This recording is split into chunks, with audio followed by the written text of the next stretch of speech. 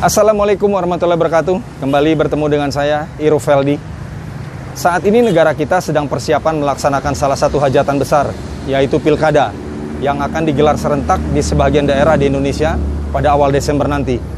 Segala persiapan telah dilakukan dari sekarang dan semuanya diperhitungkan dengan detail dan matang. Dan juga diberi perhatian serta penanganan yang lebih dibanding beberapa kali pilkada sebelumnya. Karena pelaksanaan kali ini digelar di tengah wabah pandemi COVID-19, yang sebenarnya untuk penanganan pandemi ini justru bertolak belakang dengan kegiatan pilkada ini, yaitu dalam masalah timbulnya keramaian. Ya, tapi kita sama-sama berharap semoga ini dapat berjalan lancar, karena pemerintah selaku pemegang kekuasaan tertinggi telah menetapkan keputusan dan meyakini bahwa pilkada ini mutlak dilakukan. Dalam menghadapi pilkada ini, para calon kepala daerah yang akan bertarung di hajatan ini pun pastinya sudah mulai melakukan berbagai persiapan, terutama hal yang menyangkut kampanye dan berbagai aktivitas serta pergerakan-pergerakan untuk memenangkan pertarungan. Apa saja yang mereka lakukan? Apakah ada terobosan sesuatu yang berbeda dibanding beberapa kali pilkada sebelumnya? Terutama bagaimana strategi mereka dalam kegiatan sosialisasi programnya di tengah pandemi, yang artinya membatasi pergerakan para calon untuk berkampanye dengan gencar. Nah, kali ini saya akan membuat pembahasan dengan melakukan pengamatan terhadap hajatan yang bernama Pilkada ini. Sebagai sampel, saya akan melakukan survei langsung berjalan ke beberapa daerah di sekitar Jawa Barat. Kita akan melihat langsung ke lapangan, ke daerah-daerah pemilihan. Bagaimana situasinya di lapangan. Dan juga nantinya saya akan coba berhenti, sempatkan ngobrol-ngobrol dengan warga sekitar untuk mengetahui bagaimana animo dan antusiasme warga terhadap Pilkada kali ini. Karena kita sama-sama tahu, konsentrasi warga saat ini terpecah dengan adanya namanya pandemi ini. Saya harap teman-teman nanti menyaksikan tayangan ini sampai tuntas selesai dan mengikuti liputan perjalanan saya ini. Karena di akhir nanti saya akan mencoba membuat resume atau kesimpulan terhadap hajatan bernama Pilkada ini. Oke, jadi teman-teman jangan kemana, terus saksikan tayangan ini sampai tuntas selesai. Kita jalan sekarang. Sebelum kita melanjutkan ke pembahasan tema berikut ini, jangan lupa untuk like-nya dan klik tombol subscribe. Terima kasih.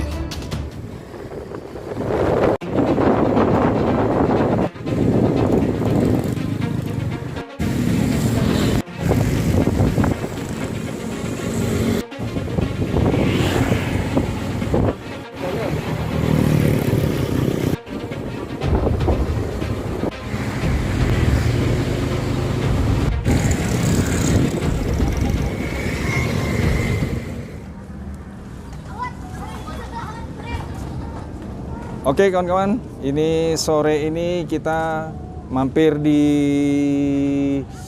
desa atau kelurahan Ciloto, adanya di Kabupaten Cianjur. Tadi kita sudah sama-sama jalan, kita sudah lihat berbagai alat peraga, spanduk, baliho sepanjang jalan di Kabupaten Sukabumi dan juga Kabupaten Cianjur. Ini kebetulan saya sekarang sudah berada di Kabupaten Cianjur.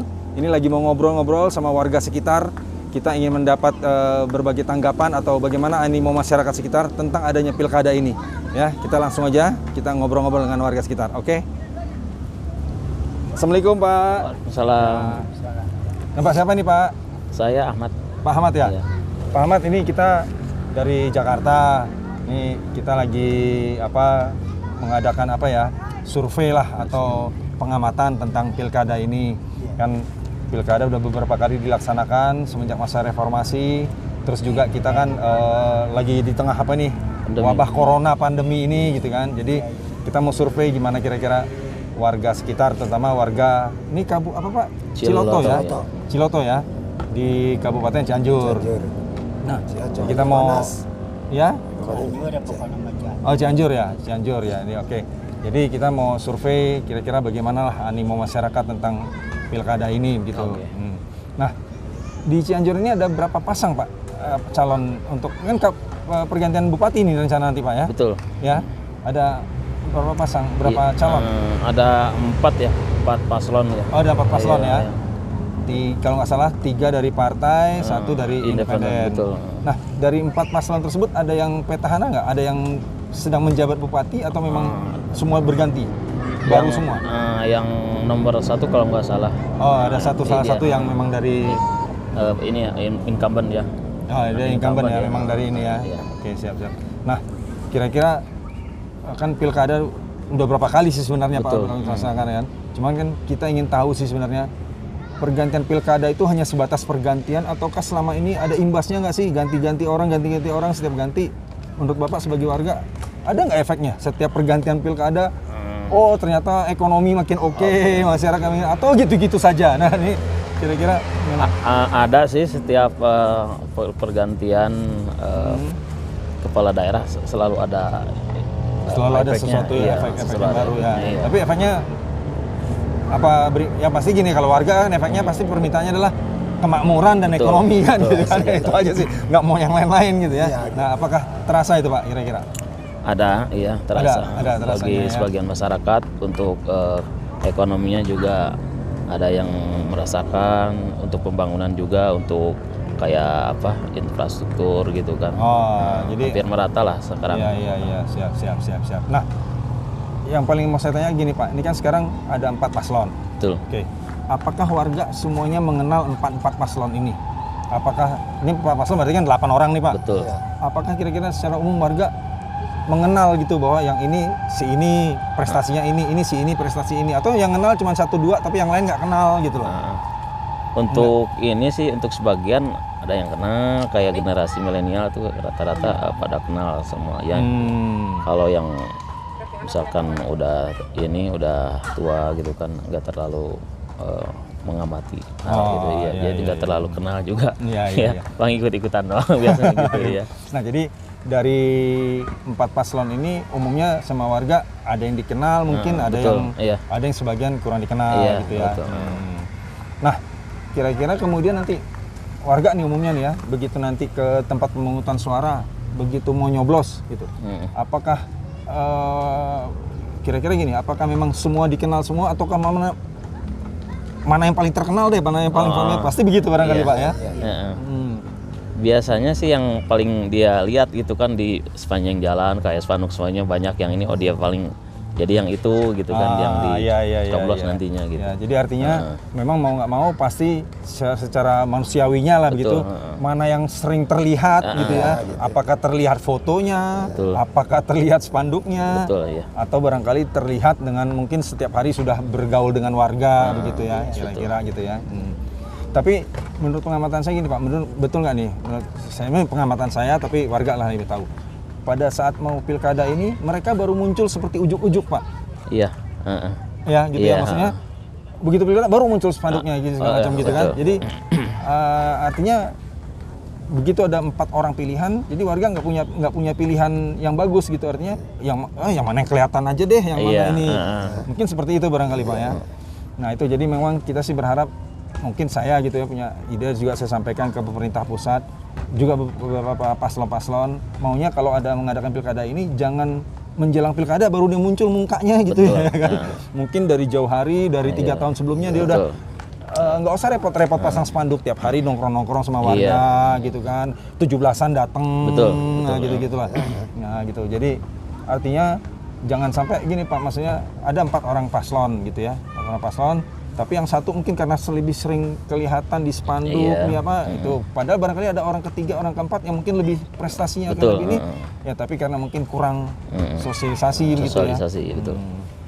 Jadi ya mungkin ya seperti itu barangkali Pak ya, bagi warga intinya kalau mau mengenal lebih jauh orangnya mungkin agak sulit ya, mau nggak mau ya yang mana yang spanduknya paling yang paling banyak gitu kan, yang paling banyak, yang paling kelihatan begitu ya. Iya deh, ya kita sih berharap sebenarnya ya pilkada ini jangan seperti sebuah rutinitas lah gitu ya, hanya sebatas tiap 4 tahun atau 5 tahun ganti, tapi yang pergantian itu memang memberikan imbas kepada daerahnya tersebut lah gitu ya, kira-kira ya, betul-betul ada pembangunan, ada apa ya, mau apapun pembangunan yang penting ujungnya adalah ada imbasnya kepada masyarakat. Ada efeknya, efek positifnya. Nah, itu pada efek positifnya ekonominya. Tadi saya juga jalan-jalan beberapa ke daerah juga saya ngobrol, ya ada juga yang mengeluh gitu kan, pergantian cuma ganti aja, kita juga nggak ngerti deh itu gini-gini aja katanya. Nah itulah mungkin ya pilkada inilah kita harapkan supaya jangan sebatas apa ya, kayak seremonial atau sebatas rutinitas gitu ya. Gitu. Oke nih Pak, makasih banyak nih Pak. Nih kita mau jalan-jalan lagi, pengen ngobrol-ngobrol lagi nanti sama warga-warga yang lain. Ya semoga ya perjalanan kita ini kan pembangunan, Bapak Jokowi atau siapapun nanti yang menjadi pimpinan kita membawa kita lebih makmur deh. Kalau untuk harapannya warga harapannya sih. Warga apa sebenarnya apa sih? Untuk harapannya. Kebetulan ini Pak, ini video ini kemungkinan kan bisa disampaikan juga nanti ke bos-bos kita lah di pusat sebenarnya Pak Jokowi dan kawan-kawan gitu ya. Nah, apa kira-kira harapannya nih? Jadi untuk harapannya kebanyakan warga sih pengennya yang siapapun yang nanti terpilih gitu kan untuk terjun langsung ke tengah-tengah masyarakat. Itu kan kalau yang biasa yang udah kan pemimpin tuh terjunnya tuh di ruang lingkup yang dekat sama daerahnya doang gitu kan. Kalau yang daerah kurang gaul ke bawah lah begitu ya Pak, betul ya. Kalau yang jauh dari misalkan daerahnya jadi nggak terlalu terjamah gitu kan, jadi kurang ini belusukannya kurang gitu barangkali gitu Pak ya, bahasa jadi kan Pak Jokowi itu belusukan gitu kan jadi kalau hanya tingkat desa atau tingkat kecamatan kan nggak terlalu ini, kalau tingkat kabupaten kan jadi lebih kuat loh powernya gitu kan. Terus begitu belusukan atau ada misalkan infrastruktur yang kurang, ekonomi pun yang lemah nanti bisa diperbaiki gitu. Harapannya lebih ya. Jadi betul-betul turun ke lapangan gitu deh. Turun ke lapangan. Ya, jangan duduk di meja di ruangan AC, dapat laporan dari anak buah. Nanti salah ketik lagi gitu kan, kemarin kejadian salah ketik gitu kan. Tapi ini lucu-lucuan aja lah gitu ya. Nah, tapi artinya memang semua sama saya Pak. Tadi saya juga keliling warga berharap ya Bupati itu kalau bisa setiap hari tiap sebulan sekali kelihatan sama warga mukanya begitu ya. Artinya dia tiap hari betul berhadapan sama warga. Datang ke daerah tersebut ya keliling lah. Iya betul. Gitu. Karena betul-betul kelihatan infrastruktur di sini barangkali jalanan kurang ini aspal apa segala macam betul-betul tahu. Apalagi gitu. Betul. Apalagi khususnya kan kalau untuk Kecamatan Cipanas Puncak ini kan terbilang kota wisata gitu kan. Jadi kebanyakan dari kota pun untuk liburan ke daerah Puncak Cipanas ya. Jadi kalau misalkan kepala daerahnya kayak misalkan bupati belusukannya misalkan langsung nyampe ke daerah sini upamanya ke Cipanas gitu kan, ke Ciloto Puncak, ya terlihat tuh kekurangannya apa supaya nantinya bisa meningkatkan apa yang kurang yang kurang untuk menjadi kota wisata nomor 1 lah gitu betul, di Jawa Barat gitu. Betul. Ya intinya sama sih, semua harapan warga, kepala daerah sebagai pimpinan yang memegang amanah jangan hanya duduk di kantor saja begitu, betul-betul turun ke lapangan, jumpai warga, lihat sendiri keadaan di lapangan sehingga dia bisa memutuskan sendiri, daerah sini aspalnya kurang ini atau bagaimana wisata ini bisa rapi tertata begitulah kira-kira gitu loh. Ya itu sih harapan kita semua Pak, ya mudah-mudahan makanya mudah-mudahan amanah ya. Pilkada ini ya mudah-mudahan amanah, yang jelas pasti itu Pak, amanah itu yang paling penting ya begitu ya kira-kira gitu. Oke nih kawan-kawan, ini kita mau jalan lagi, ini kita sudah ngobrol sama warga di Ciloto, di Kecamatan Cipanas Pak ya. Betul. Ya, jadi harapannya udah dengar langsung tadi, nggak perlu saya ulang lagi. Harapan warga simple sih sebenarnya, pengen adalah pimpinan adalah yang selalu jalan, selalu kopi darat atau gitulah bahasa gaulnya, yang selalu turun ke lapangan sehingga mendapatkan informasi, data dan itu lebih lengkap bukan berdasarkan laporan dari stafnya. Betul. Oke, kita jalan lagi, kita lihat liputan berikutnya. Jangan kemana-mana.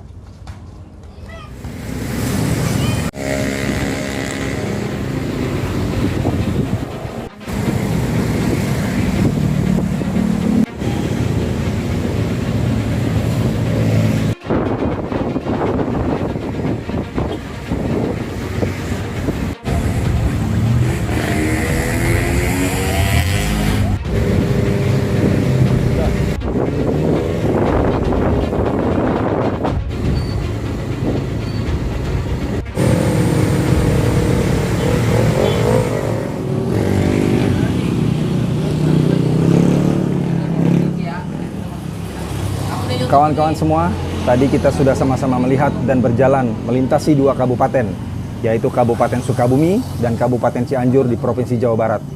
Yang saya anggap 2 daerah ini sebagai sampel yang bisa mewakili cerminan berbagai daerah lainnya di Indonesia, yang juga sama-sama melaksanakan hajatan pilkada ini. Dan kita lihat seperti biasanya, sebagaimana beberapa kali pilkada sebelumnya, kita banyak sekali menemukan dan melihat sederetan alat peraga kampanye, seperti baliho, spanduk, poster, dan lain-lain, dari orang-orang yang mencalonkan diri di pilkada nanti. Ya, boleh dikatakan bahan-bahan kampanye ini sepertinya seperti biasa berimbas mengganggu indahnya pemandangan. Ya, sepertinya memang belum ada perubahan kebiasaan untuk aktivitas ini. Dan juga sepanjang perjalanan saya tadi, saya sempatkan ngaso berhenti di warung-warung dan ngobrol dengan beberapa warga sekitar. Dan selalu menyelipkan pertanyaan inti. Apakah mereka mengenal sosok-sosok yang wajahnya terpampang di baliho atau spanduk kampanye itu? Hampir semua memberikan jawaban seragam, yaitu mereka tidak familiar, bahkan tidak tahu sama sekali siapa orang-orang yang fotonya terpampang besar di alat peraga kampanye tersebut. Apalagi jika ditanyakan apa kiprah orang-orang tersebut, tentunya dapat dipastikan para warga tidak punya data atau tidak punya bahan. Kalaupun warga ini mengenal sebahagiannya, itu mungkin karena seorang petahana yang kebetulan masih menjabat sebagai kepala daerah dan ikut kembali dalam pencalonan berikutnya. Inilah yang jadi pusat perhatian saya, bahwa setiap kali saat pilkada akan dimulai, muncul serentak sosok-sosok yang ditampilkan untuk menjadi pimpinan di suatu daerah, yang notabene sosok-sosok ini tidak memiliki akar yang kuat di daerah tersebut. Baik kiprahnya selama ini, dan juga sosok kepribadiannya. Para calon ini ujuk-ujuk baru bergerak mensosialisasikan diri saat mengejar target keinginannya menjadi pemimpin daerah.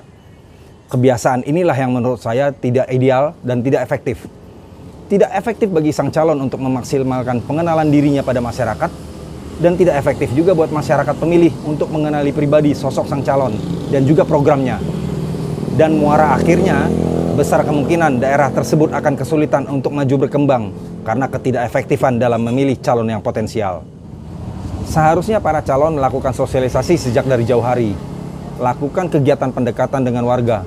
Tidak perlu energi besar, apalagi sampai keluar uang banyak. Karena bisa saja lakukan sosialisasi dengan cara ringan, namun ya efektif. Misalnya, mengadakan kunjungan silaturahmi keliling, duduk-duduk ngobrol-ngobrol dengan warga, rutin misalnya tiap 2-3 bulan sekali. Dan sesekali boleh juga adakan kegiatan-kegiatan sosial yang melibatkan warga. Atau paling gampangnya setiap kali warga mengadakan kegiatan, misalnya 17 Agustusan, Mauludan, gotong royong, dan lain-lain, sang calon hadir dan ikut terlibat di kegiatan tersebut. Nah, inilah sederetan contoh aksi cerdas yang perlu dilakukan oleh para calon. Yang intinya tujuannya adalah membangun ikatan batin dengan para warga, menjadi seperti pertemanan dan persaudaraan. Sehingga pada saat hari H pemilihan, peluang sang calon untuk terpilih akan sangat besar. Karena logikanya, warga pasti akan memilih calon yang akrab dalam ingatannya dan mengenal kepribadiannya. Dan bagi sang calon sendiri, dengan metode tersebut tadi di atas, itu membuatnya tidak harus mengeluarkan energi besar dan menumpuk waktu bersosialisasi di saat yang sama berdekatan, mepet menjelang hari pemilihan. Jelas itu bukan langkah dan cara yang ideal, dan pastinya akan meletihkan. Apalagi di saat pandemi ini, di mana semua aktivitas dibatasi, terutama yang menyangkut mengumpulkan massa. Yang artinya, mengumpulkan keramaian pun di saat kampanye tidak dapat dilakukan. Tapi itu tidak akan jadi masalah jika sang calon menjalankan metode yang saya paparkan tadi.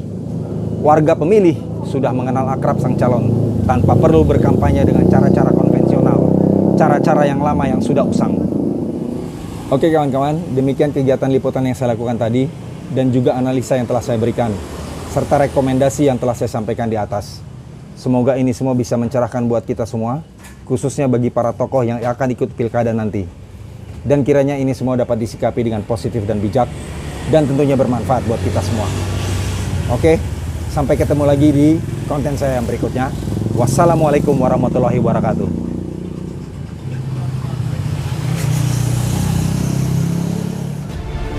Radiasi Positif menganalisa berbagai tema sosial dari perspektif out of the box dari sudut dimensi yang berbeda. Dengan ini diharapkan menghadirkan pencerahan yang dapat dijadikan pedoman untuk menilai dengan logis dan bijak.